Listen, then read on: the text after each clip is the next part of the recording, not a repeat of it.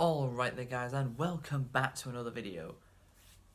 Right, you're probably wondering, I thought you said you were finished with reviewing reviewing and covering anime shows in 2020.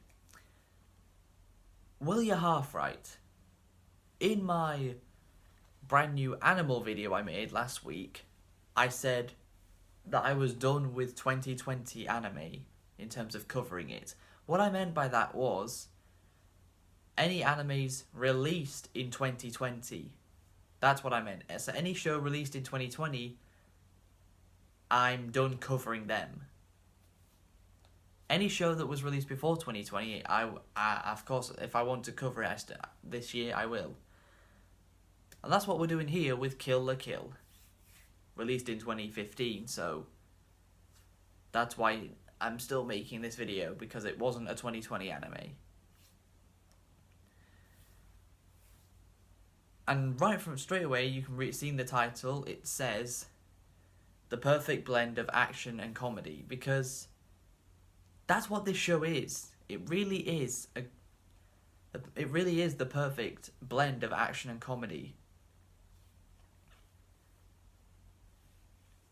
And that's what makes the two main characters so great. Well, one of them's the main I can't really call one of them a main character, as much as she is in the show a lot and is always there. Screw it, well, yes, we'll say she is a main character. Or the two main characters of Ryuko Matoi and Mako Mankanchoke. If you've watched Kill la Kill, you know who they are. Ryuko gives us all the action, whilst Mako gives us all the comedy. And that's why these two as characters work so well together.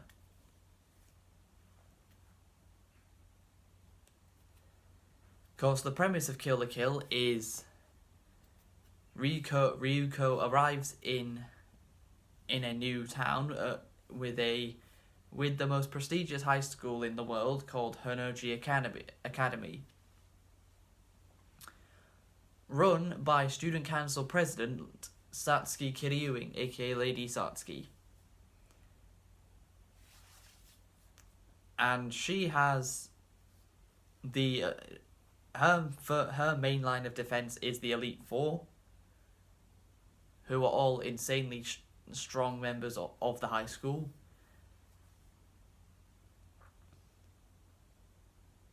Throughout the show, Ryuko takes all four of them down using something her father made for her, a kamui, which is a piece of clothing that can transform and give you a ton of power. There's only two different kamui in this show. Senketsu, which is the one Ryuko uses, and Junketsu, which is the one Lady Satsuki uses.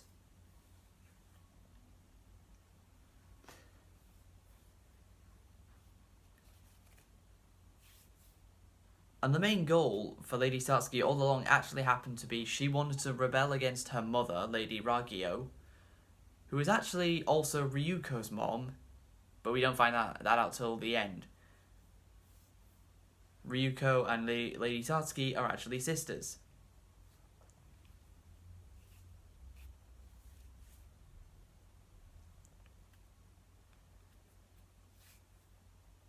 Some of the fights in Kill la Kill are so badass, especially the ones where Ryuko is taking on the Elite Four. But probably one of the most badass is when Ryuko finds out that she's not even a human. She's a life fiber, which is what kamuis are. They're not human or clothing, they're life fibers.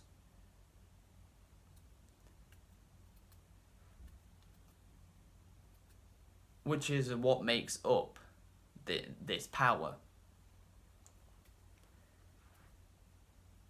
But late on in the show, we have a fight scene between Ryuko and Lady Satsuki, like in the beginning, only Ryuko is wearing Junkets, and Lady Sasuke is the one wearing Senkets.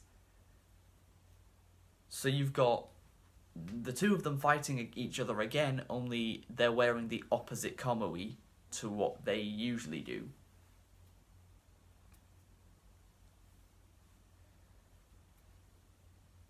Now I know we've skimmed over a bit. Let me give you the quick premise of the show. Ryuko arrives in the town with Hinoji Academy. Asks Lady Sasuke about her father's death, and a scissor blade that she has, where the other half is. Lady Sasuke gets members of the captains of different clubs to fight Ryuko. She beats all of them, so then she sends the Elite Four. She beats all of them, but then Lady Sasuke takes her down quite easily. Ryuko then learns more about herself and Senketsu, her kamui, who is alive and can talk, but only she can hear him.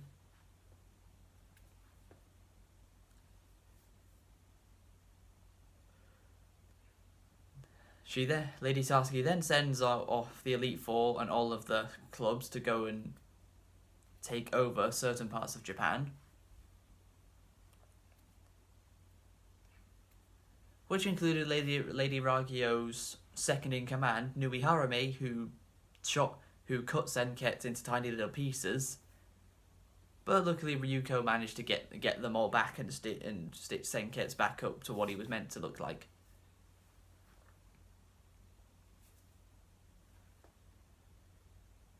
Then Lady Sasuke finally reveals her true motion of where she's actually planned the entire time to take down Lady Ragyo, but she had to make attacking Ryuko look as convincing as possible in order for it to work.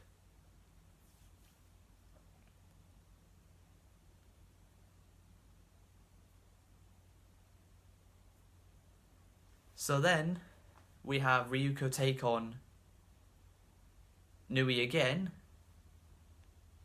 lose.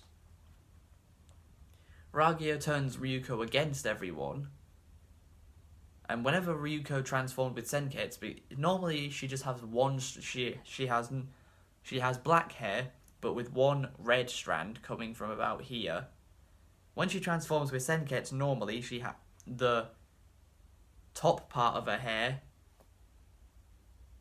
is still black, but the underlayer becomes entirely red.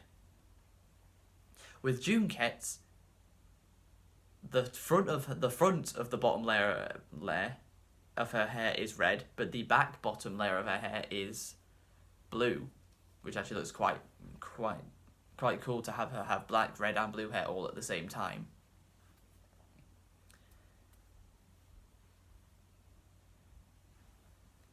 And the only way to snap Ryuko out of it is for Mako to be there.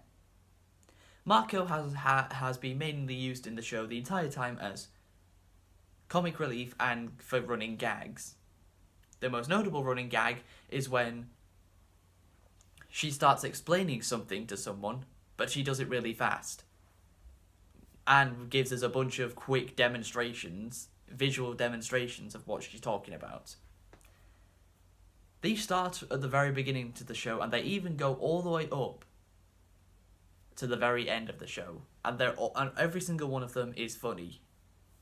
If you've seen the show, you probably agree with me that every single visual demonstration gag that Mako does is hilarious. But easily one of the most badass fights in the whole show is when Ryuko and Lady Sasuke take on Ragyo together, where they both transform into Senketsu and Junketsu together, and there's two, and it shows us both sides. it shows us two different both transformations happening side by side. How Ryuko's image is here and Sasuke's is here, and they're both transforming at the same time into their Kamuis.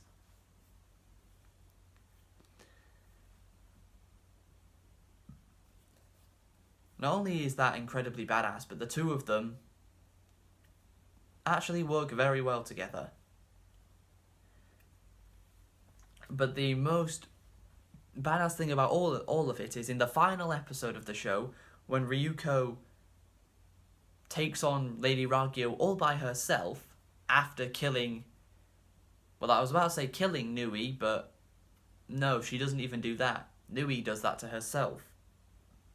After Ryuko had chopped her arms off, she was given prosthetic ones by Lady Ragyo, but then when Lady Ragyo asked Nui to sacrifice herself, she cut her own head off and became another Kamui for Lady Ragyo to wear. So the only way Ryuko could combat this and stop life fibers taking over the world is have every single Goku uniform, which I probably should have explained at the beginning. Goku uniforms are basically uniforms that give you special powers like Kamui's, but they're not as strong. There's 1, 2, and 3-star Goku uniforms. And that has to be a direct Dragon Ball reference. It has to be. The uniforms are called Goku uniforms, and they have different numbers of stars on them. Goku, stars on the Dragon Balls. Gotta be a direct reference to Dragon Ball, surely. But and actually, this one's another. This might be another direct reference, because Ryuko basically has everybody. Absorbs every single person around her's Goku uniform, that's including Lady Sasuke's Kamui of Junkets. It kind of feels how Goku first achieved Super Saiyan God in the Battle of Gods movie, where Gohan, Vegeta, Trunks, Goten, and Videl all stood in a circle and held hands to give Goku the power that would help him become a Super Saiyan God. Basically it's like that, where she just absorbs everybody's Goku uniform and then Junkets as well.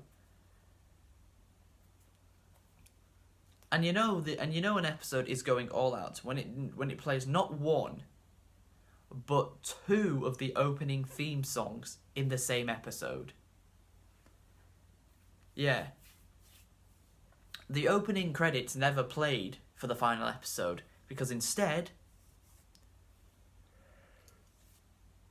of that, they decided, why don't we play the second opening early on in the episode when Ryuko and Satsuki are taking on Ragyo.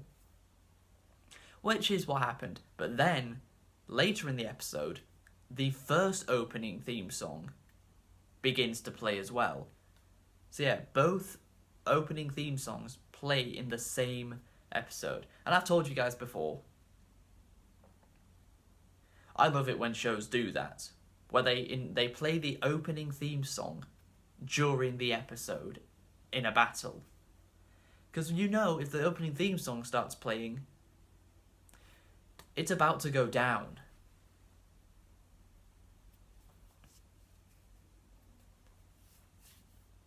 And that's what happened. Ryuko took down Lady Satsuki.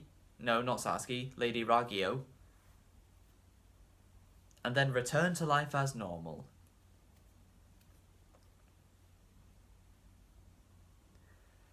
And no matter how dangerous the task at hand was, Mako always wanted to come.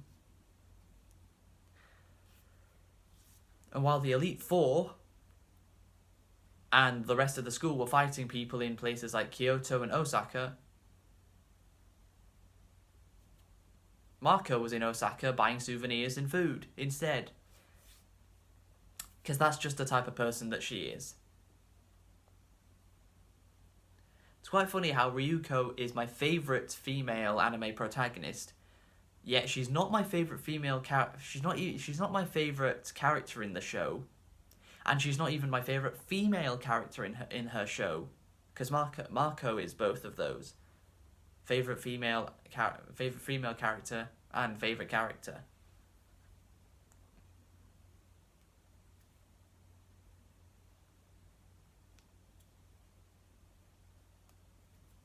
But yeah, that is going to be my video on covering Kill la Kill. Why did I decide to do this? Because I've actually just finished rewatching the show for the first time since either late 2018 or early 2019. I think, because I'm not quite sure when I last watched it. It was around, I think it was around there.